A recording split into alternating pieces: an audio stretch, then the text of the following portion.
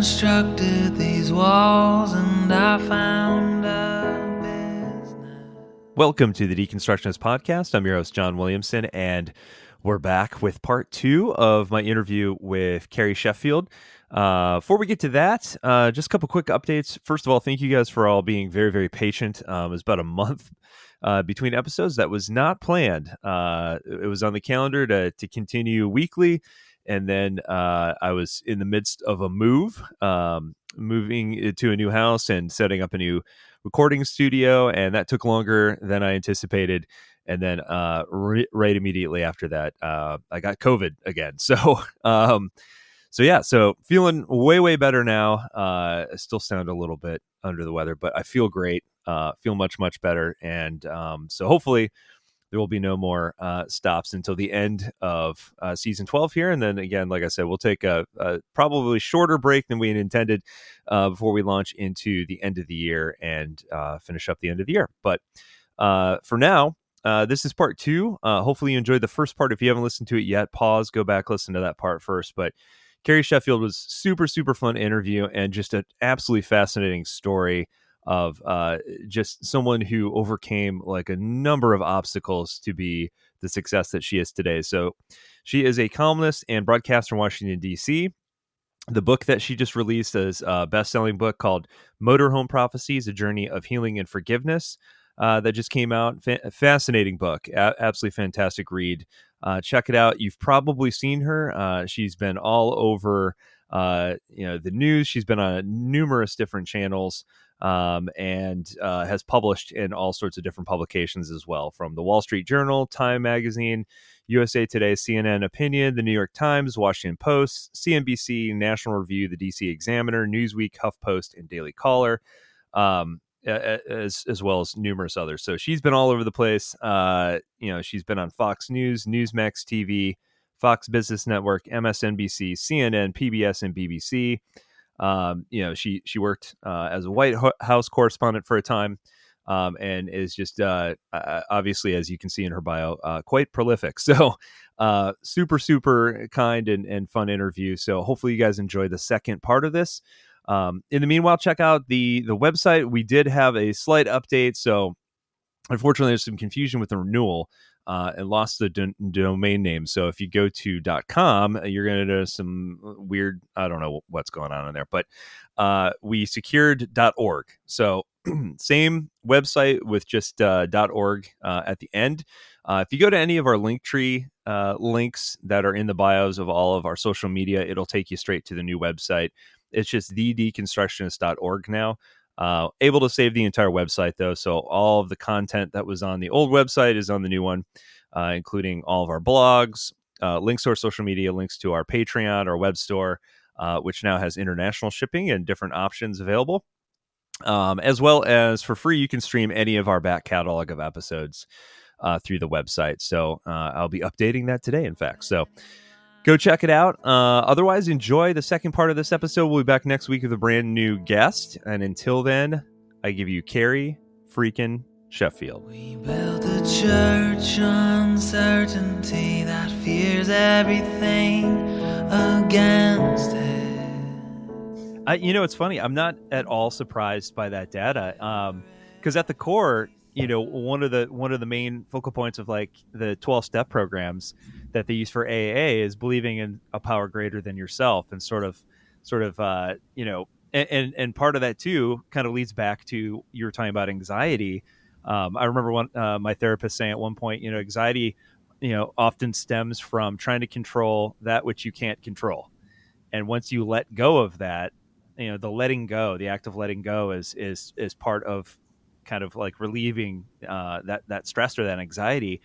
And then the other piece of it too is just like the thing that we've talked about since the very beginning of this podcast is I cannot emphasize this enough, but the importance of community, like whatever that looks like, and everything that comes along with being a part of a community, someone there, to lend an ear, or just say, I'm sorry, that sucks, and give you a hug, or hold you accountable. Sometimes you need to be held accountable, but there's so much positivity that comes out of being a part of a community. And, just the fact that human beings, are not meant to be isolated. We're communal. by nature. So I'm not surprised at all by any of that data. Yeah, and what's interesting is that the community, you can, because we've seen people like Richard Dawkins recently, the atheist, saying like, I consider myself now a cultural Christian, but I'm still atheist, because I respect Christian culture, and I don't want to live under the barbarian Muslims, I respect Christendom. It's like, dude, you've spent decades trying to destroy Christendom. I appreciate that you've seen the light now, at least on the fruits of it.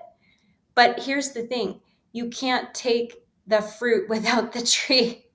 Like it doesn't just, you can't have, I mean, yes, you can have close community around other things like a polo club or a yacht club. You can have community around these things, but they will not be the same level of rootedness and depth that comes in Christ. And you can say, and I say this as a recovered agnostic, because I used to, when I was going through this journey, I actually went through that phase. I went through that Richard Dawkins phase where I was like, even if it's not true, I like what they're doing, and I don't like the alternative. And when I hang out with people who are not rooted, I find myself feeling worse. So I like this feeling I get when I'm in this specific community. So I don't care if Jesus was actually divine or not. I like the trappings of it, and it's interesting because I think that that's a better in between than hating it and wanting to destroy it. So at least you admire it. But Yeah. I say, let's take it a step further and say, you can't just, nothing comes out of a vacuum. Yeah. Yeah. And it's interesting too, to your point, like when you talk to people who aren't even Christian and you boil it down to, and you discuss the teachings of Jesus, like, and everything that Jesus stood for, even atheists have to admit, like, yeah, that kind of makes sense, like that, he had some good stuff to say there. I think, we should probably love one another, and we should probably take care of the poor and the sick and the widows. It's like there aren't too many people out there who would argue against that, which is kind of the interesting part of it. I spoke at Yale about my book. I was invited by a student group, and the student group loved everything I had to say. There was a professor who came who wasn't part of the original invite group per se. He hated my Christian background because he said Hitler was a Christian. And I was like, no, he wasn't. Like, that's debatable. like, you're a Yale professor. Like, read what he was trying to use Christianity as a political tool. Yeah. And he would do that publicly. But privately, he thought it was stupid. And he hated that Jesus was a Jew. He also hated the mythology of it. I did some research on this actually after he made these claims. Turns out that Goebbels, the advisor to Hitler, wrote in his private journal, the Fuhrer hates Christianity because he thinks the mythology and the iconography is dark and depressing and just like soul crushing, like the cathedrals he thinks are dark and dank, and he prefers the architecture and the temples of the Greco-Roman, Zeus, and that he's positive and smiling and bright. He thinks that it's bright. I'm just like, okay, Hitler obviously just cared about the iconography of it. He didn't actually, again, he's like Richard Dawkins. He just sees the superficial nature of it versus, wow. And also Hitler, like, he just didn't like that Jesus dies. Like, he thinks that's a loser, It's like, well, yeah, and then he was resurrected. You're kind of missing that part, but even that you're a God who is being beaten and killed by his creation, that kind of sucks. It's not like him. He would never do that. Like, he wanted people to basically worship him and idolize him. Yeah, it's definitely somebody who doesn't know their history very well if they think that's the case. Like, and it's kind of ironic also that Hitler was like, this is too depressing, but like murdering millions of people isn't, but that's a whole nother conversation. Very good point. Yeah. So, you talked about like all of this adversity that you had to overcome en route to becoming a Harvard professor. And so, looking back now, current state, I'm assuming at least some of your siblings kind of followed suit, as kind of followed you blazed the trail. Did any of them also sort of see the light, so to speak, and find their way out of it? I know you mentioned there's some of your brothers that did not. So what current state, like where does your family sit when it comes to this? Yeah. And I'm not a Harvard professor. I just got a Harvard master's. So that's all. Just quick little note. But um, I put a note in the book that, I do not, I don't go in depth with profiling my siblings in some respects because I want to respect their privacy. And the editor who looked at my manuscript the first time, she's like, your siblings aren't really big characters. I'm like, that's by design for their own protection. Like they have the right to tell their own stories, and I do talk about the impact that this upbringing had on us because it's illustrative. That's why I'm doing it, and to help people. But one of my brothers is Christian. He got baptized a couple years after I did, and so we've been supporting each other, which is great. And a couple other siblings who have done a Catholic walk. So my brother's Protestant as well, the one I mentioned. We're all at different kind of phases and different ebbs and flows, but we've all struggled with our mental health. And that's where I think siblings, I'm sure everybody here who has a sibling, how they know how to push your buttons and vice versa. And so, and it's been ebbs and flows. Like I would have a favorite brother and then another favorite brother. Since I've got 5 of them, it would change, and I've been there for them and they've been there for me. I had, a couple different times I talked about how my 2 separate sisters separately at different times were there for me when I was feeling suicidal. And I appreciate that, and I think the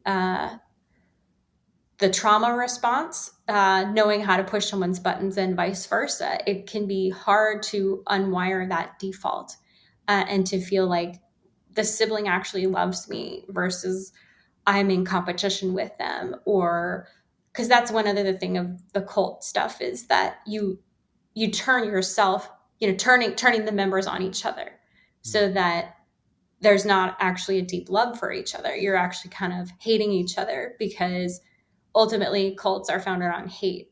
And the cult leader ultimately both hates themselves, but also because narcissists actually do hate themselves. They don't know it, but they actually do because that's why they behave. Because if they're so insecure that they don't realize how much they actually hate themselves and they control and abuse and do all kinds of other coping mechanisms to try to feel loved because they hate themselves. And so that programming was passed to all of us. So feeling suicidal is ultimately self-hatred. And so it's hard to know how to talk to someone, especially since I've been verbally abusive of siblings and they've been verbally abusive of me. How do you go to a new phase? And so I've actually offered to pay for family therapy for a couple of my siblings so that we can have conversations with the therapist neutrally. I would let them pick it and I would pay for it. And unfortunately, they haven't taken me up on that. So the door is open. Yeah, that's a remarkable offer to make. Yeah, and it's unfortunate. Like we're such huge advocates here for therapy and taking care of yourself mentally. I myself have dealt with depression over the years, and it's funny to look back even 6 years ago. I remember when I first went on antidepressants, and I remember it was like I was going to a small group with the church I was going to at the time, and it took me 3 or 4 weeks to even get the guts to tell them, and I'm like, it seems so silly now because I'll tell anybody, I don't care. I'm like, yeah, sometimes drugs are necessary, like to regulate. Sometimes your body just doesn't produce enough serotonin or whatever, kind of like if your body doesn't produce enough insulin, you might need some medication for that. No different here, and so like, I'll tell anybody now, like, hey, if you need it, you need it. And trust me, you'll feel infinitely better and you'll never look back. But back then it was impossible to even admit that I had the underlying condition that needed to be treated.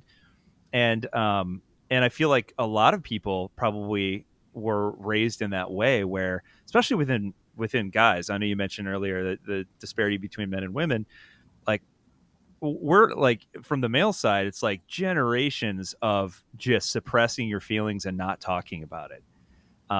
It took me years of therapy to even be able to talk about my feelings. I used to annoy my therapist because she'd say, "How are you feeling?" I'm like, "Annoyed." She goes, "Okay, that's a surface feeling. What's making you annoyed?" I'm like, "I don't know."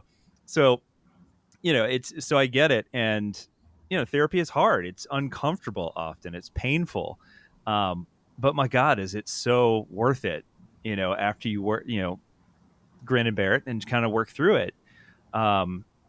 So yeah, what a double-edged sword that like you've got family members who, um, you know, eh, like are the only ones who can identify with what you've experienced because they were there as well.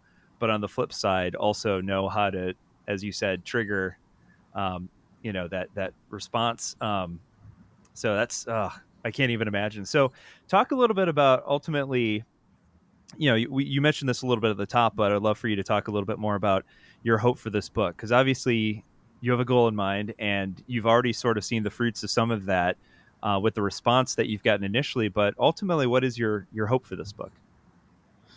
Yeah, my hope for the book is that it can help lead people to know more who God is.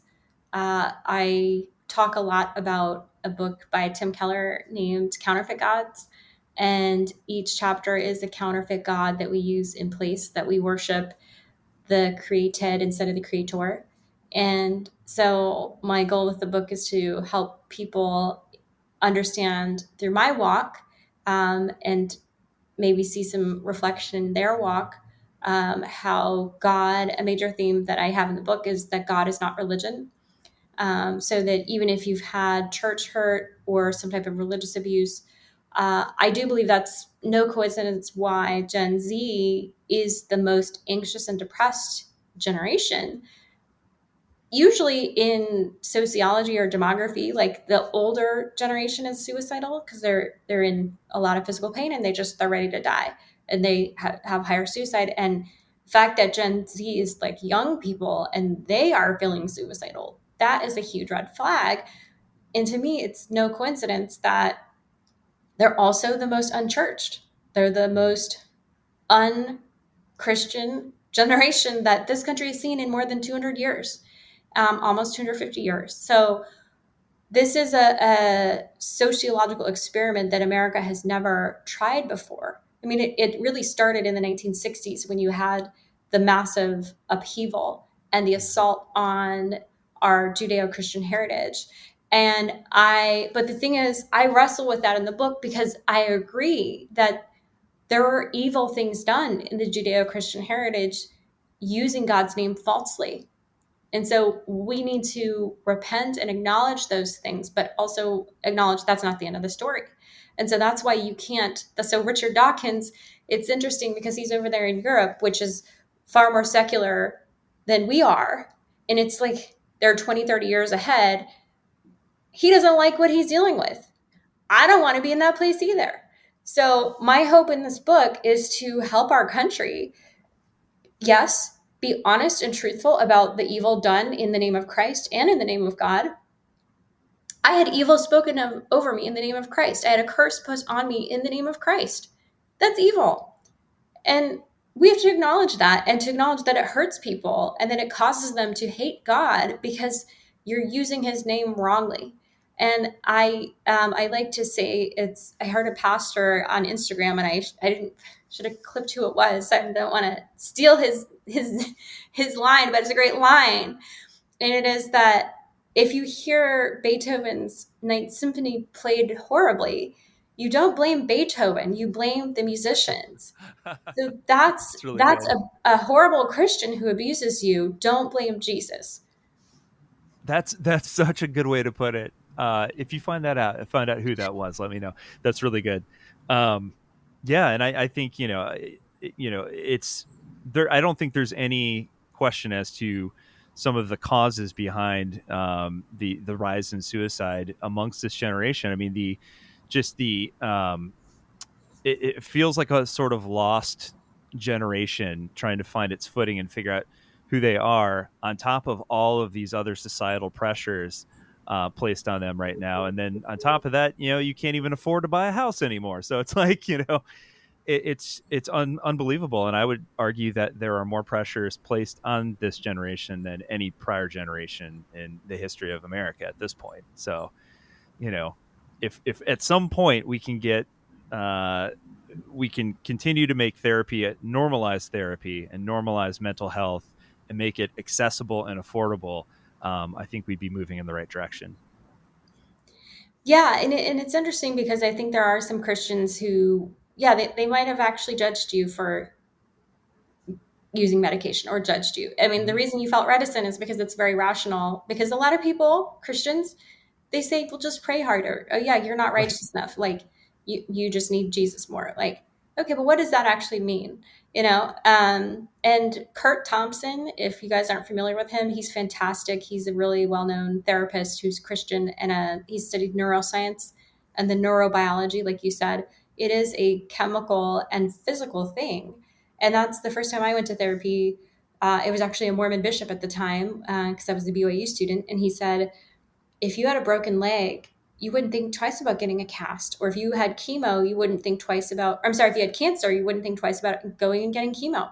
So it's a physical problem. And so I've been on antidepressants a couple times in my life. I'm off of them now. Like I'm able to, through exercise and eating well, getting good sleep, mitigating stress, I'm able to live without needing medication. But I do go to therapy regularly, and I'm very active in spiritual community, because that's where the neuroplasticity of your brain, the physical cognitive behavior, is a manifestation of the emotions that you speak through therapy. And so therapy is not just for wimps lying on a couch crying about their problems. It's actually a physical treatment. It's basically like, again, nobody would think twice if you're going into physical therapy. This is physical therapy for your brain. It's creating new neuroplastic synapse of firing and wiring patterns. That's what it is. It is physical therapy. Therapy is physical therapy. I should make that bumper sticker. Yes. It's so funny. It makes me think of, I can't tell you how many times somebody said to me, I've been thinking about going to therapy. Well, don't think about it. Go. Like, if you're thinking about it, what's the harm in trying it? You know what I mean? Like, yeah, I will say, you make sure that you might need to, not all the time, but you might need to therapist shop. And yes, as a believer, you absolutely. might. For me, I prefer having believers. I had a really great Jewish therapist. I have a really great Christian therapist now. I still talk to the Jewish one sometimes too. Like and it was in New York. But I moved down here, and she's in Virginia. But I've tried some terrible ones. I had one who, I swear, it was like she was trying to make me codependent on her. And I was like, I would feel worse after leaving her office, which is not how you should feel. So I think when you're going through severe trauma, things like divorce, child abuse, or chemical imbalances that leave you physically unable to do what you need, then going to therapy is wonderful. But you can get a lot of the same benefits from a small group. That's really what's interesting, is this notion that therapy is a new, it's a modern thing.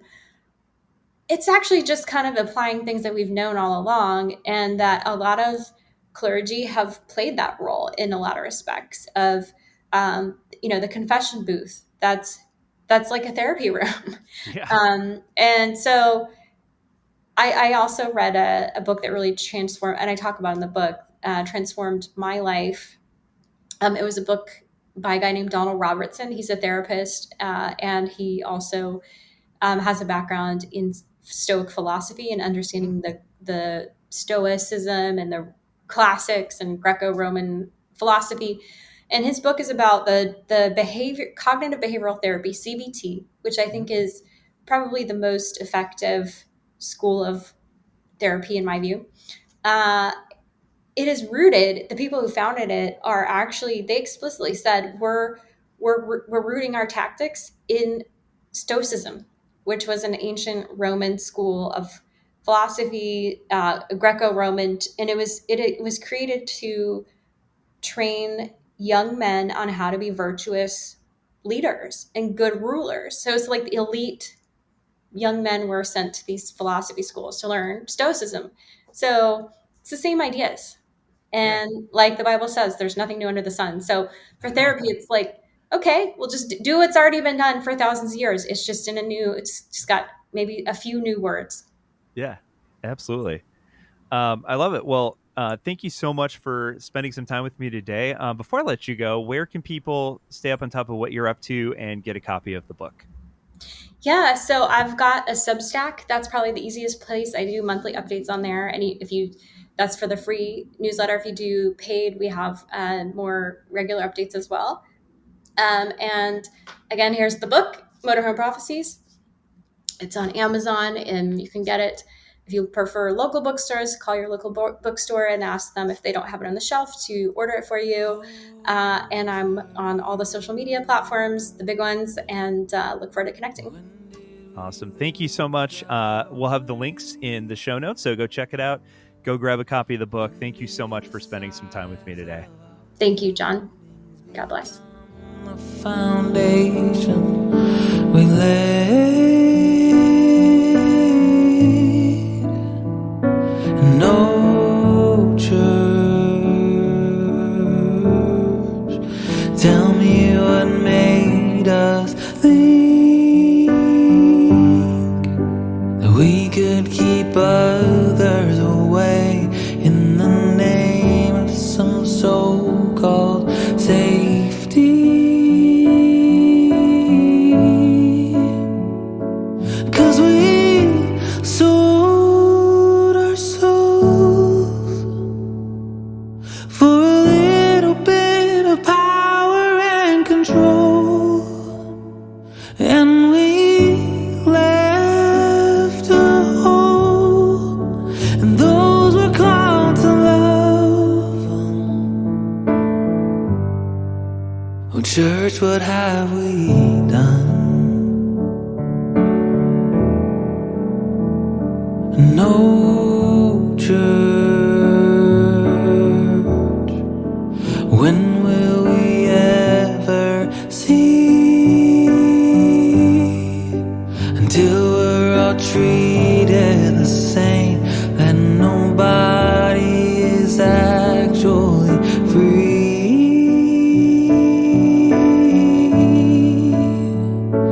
Oh, church. Started to pave the way to our irrelevancy, 'cause we've driven the other away.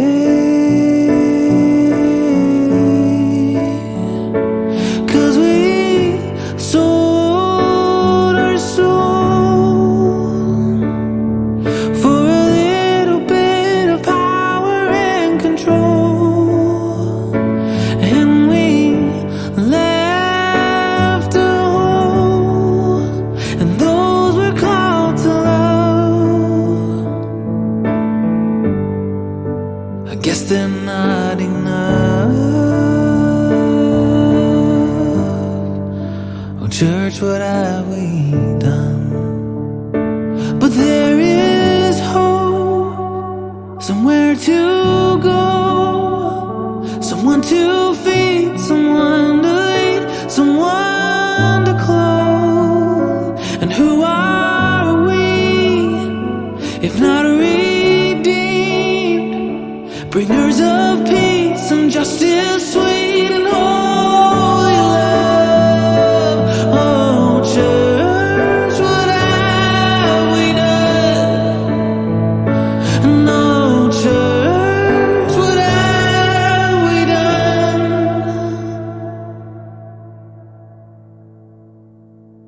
May we sell our souls to be rid of all the power